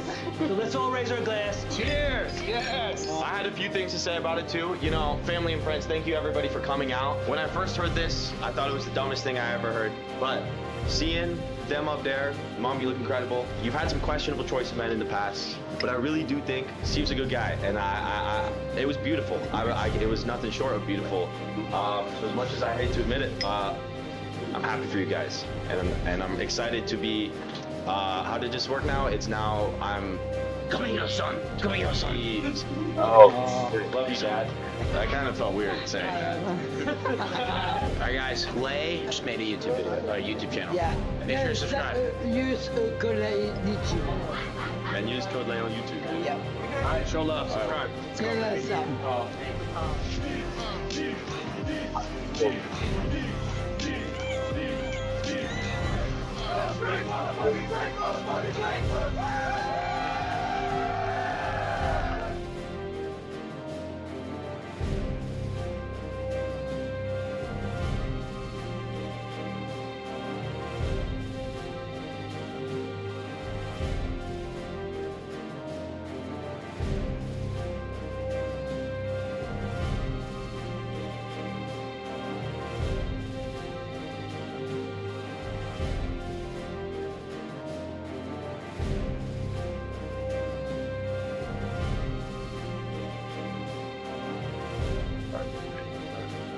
Our goal is to reduce the deficit by $1 trillion. That's a lot of money. So from a nominal deficit of $2 trillion to try to cut the deficit in half to $1 trillion, or looked at it in total federal spending to drop the federal spending from $7 trillion to $6 trillion.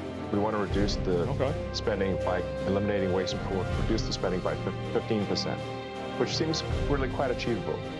The government is not efficient, and there's a lot of waste and fraud, so we feel confident that a 15% reduction can be done without affecting any of the critical government services. I'm going to talk to all the guys. Making it better. That's probably true. I mean, I'm gonna be honest. Like, I feel like this is probably true with almost any company, especially nowadays with technology.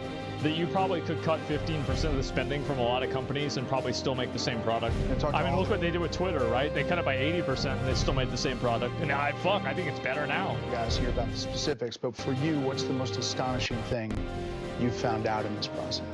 The sheer amount of waste and fraud in the government. It is astonishing. It's mind-blowing. We routinely encounter wastes of $1 billion or more, casually. Oops. You know, for example, like the simple survey that was literally 10-question survey that you could do with SurveyMonkey, cost you about $10,000. Was the government was being charged almost $1 billion for that. For doing a survey? $1 billion for a simple online survey. Do you like the national park? And then there appeared to be no feedback loop for what would be done with that survey. So the survey would just go to nothing. It was like insane. You technically are a special government employee. And everybody says he's lying. It's not true. Guys, do you really think that they're not retarded? Of course they are. Of course, absolutely. It goes without saying. You're supposed to be 130 days. Are you going to continue past that, or do you think that's what you're going to do? Or?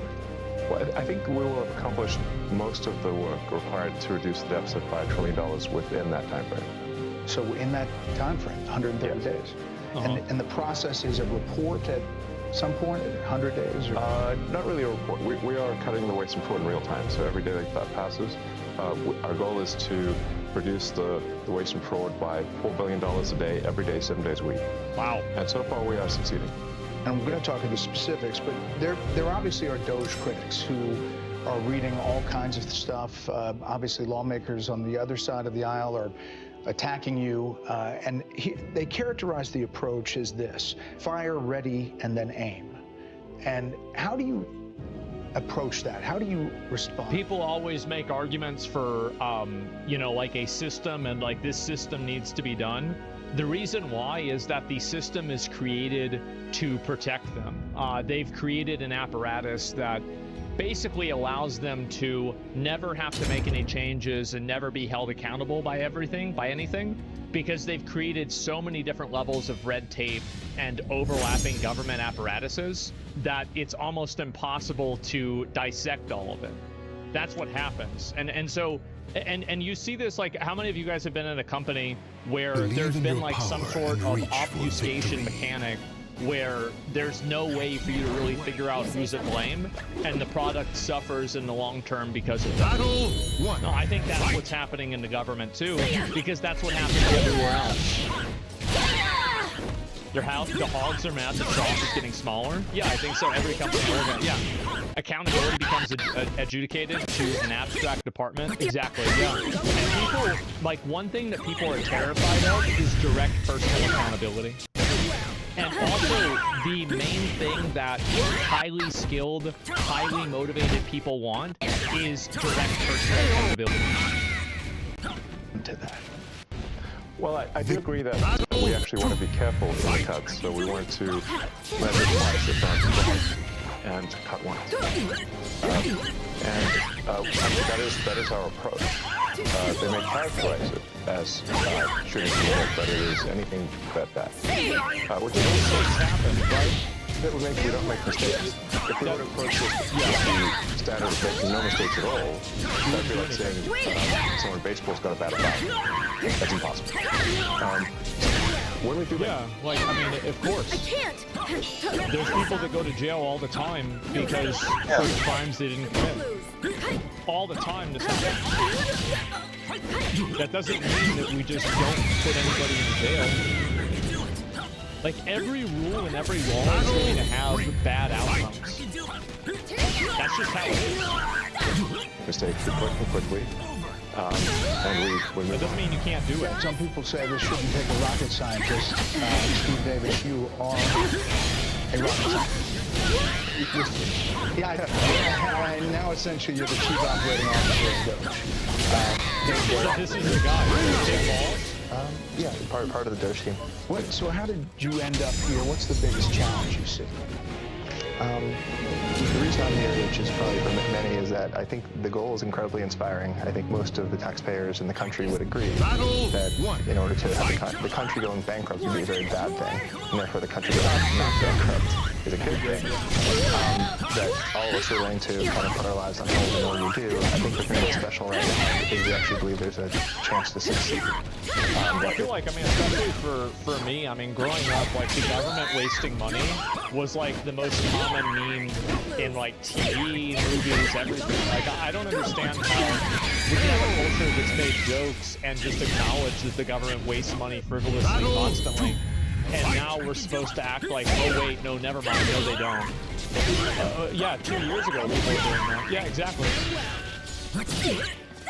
As an administration that supported it's obvious. A great cabinet and just a great group that will actually make success a possible outcome. And I think that's, given the inspiring mission and given the non-zero chance of success, it was worth it. I just like to sort of re-emphasize that point. The success was only possible with President Trump and with the outstanding cabinet that was selected. It would be without the support of the president. But you're finding the money. I mean, it's big numbers, right? Yeah, like Dion said, the minimum impulse bid is often $1 billion. So $830 million, which was the online survey. That's an enormous amount of money. That wouldn't have been found if the Doge team wasn't working with the Connect-based Department of Interior. But then taking it one step further, Doge then publishes these things on their website for maximum transparency. So now the judge... I think we need to go farther. If there is a group of people that are being paid $880 million for doing an online survey, you need to look at who made that call.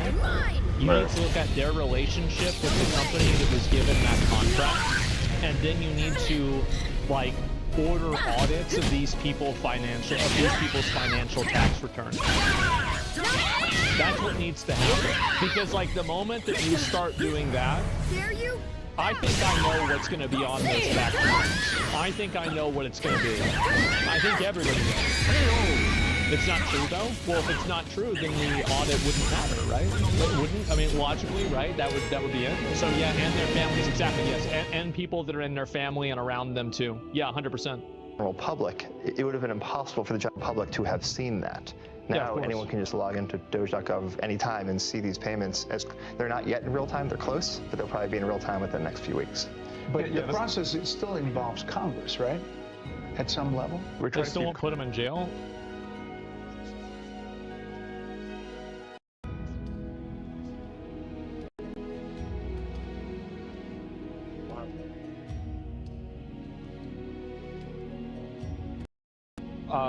So why does it matter? In my opinion, I think we should put them in jail. Like, this is my opinion, is that if somebody is found to be embezzling money or doing something that's like quid pro quo with the government contracts, I think that they should go directly to jail for like 5 or 10 years. And if they're taking money off the top and there's no justification for it, yeah, because like that's the way that you stop people from doing this. The big problem is that, and you're right, the big problem is that nobody ever faces personal accountability. The moment that personal accountability is applied to individuals is the moment that this immediately goes away. And this is also the reason why it happens, is because, again, these people's actions are obfuscated through like so many different levels of like government apparatus, red tape, that nobody can ever be held accountable or held to a fault for this. And I think that's the problem. Congress as informed as possible. Make an example out of them. But, Yes, exactly. The law does say that money needs to be spent correctly. It should not be spent fraudulently or wastefully.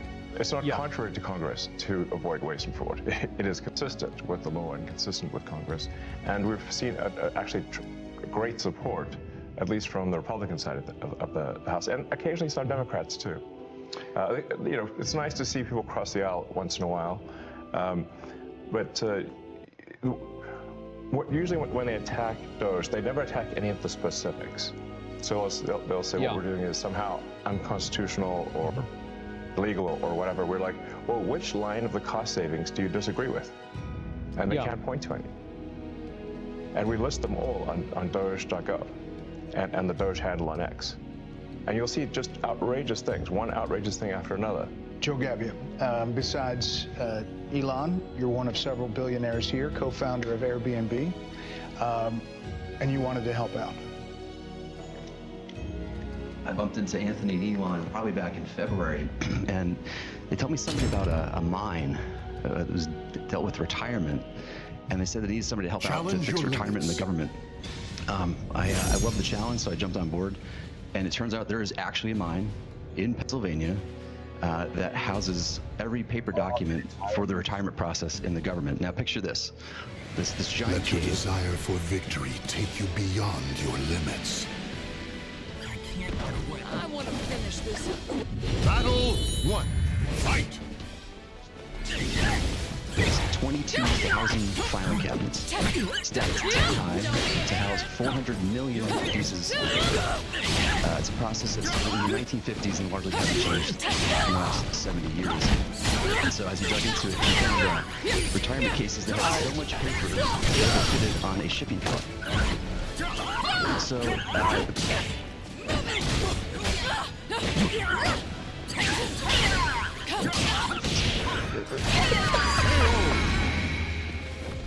This is so fucking retarded. Victory go. Why would they do that? Yes, I don't know. How is this happening? Oh my god. Takes 9 months. It's not funny? No. Days. Absolutely. So this will be an online digital process that will take just a few days at most. Wait, what? So they're just gonna feed it through a machine that just automatically transcribes it digitally. And it'll take a few days and that's it. This is crazy. You know, it's an injustice to civil servants who are subjected to these processes are older than the age of half the people watching your show tonight. That's like, I really believe that the government can have an Apple Store-like experience. Beautifully designed, great user experience, modern systems. Yeah. Because right now, it's... Well, I mean, we're not even talking about an Apple Store experience. We're talking about not having an underground mine with pallets full of retirement paperwork. Like, we don't need to go to the Apple store. How about we just go to the year 2005? Like, you don't need, yeah, we don't need to have an Apple store. Just let's go to 2005, that's all. I think that's reasonable. Yes, the retirement process is all by paper, literally with people carrying paper in manila envelopes into this gigantic mine. So they can't retire more than a certain number every month? Yes. About 8,000 a month. That's how we do. Bro, they've got like people collecting. So there's a mine that has all of the retirement paperwork in it, which is a problem logistically because only so many people can get into the mine at a time. And so they can't retire everybody that's working at the government because that many.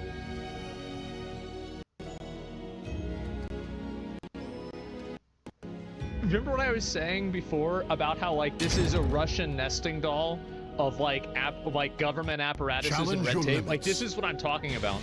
This is something that only a person at the government can imagine. Like a normal person could never even think this up. But a government employee, this is second nature. Let your desire for victory take you The reason we discovered it was we were saying like, well, let's encourage voluntary retirement. That's what most you could do is 8,000 a month. And even, well, I don't know what circumstances it can take 6 to 9 months just to have your kind of paperwork processed. It takes 6 to 9 months to process paperwork? In weeks 46 to 47, what happens? You know, or week 23 to 24, what are you doing in the weeks between 23 and 24 to make this happen? I wonder, this reminds me one time my dad, we went to KFC. My dad and I went to KFC. The year was about 2006, 2007.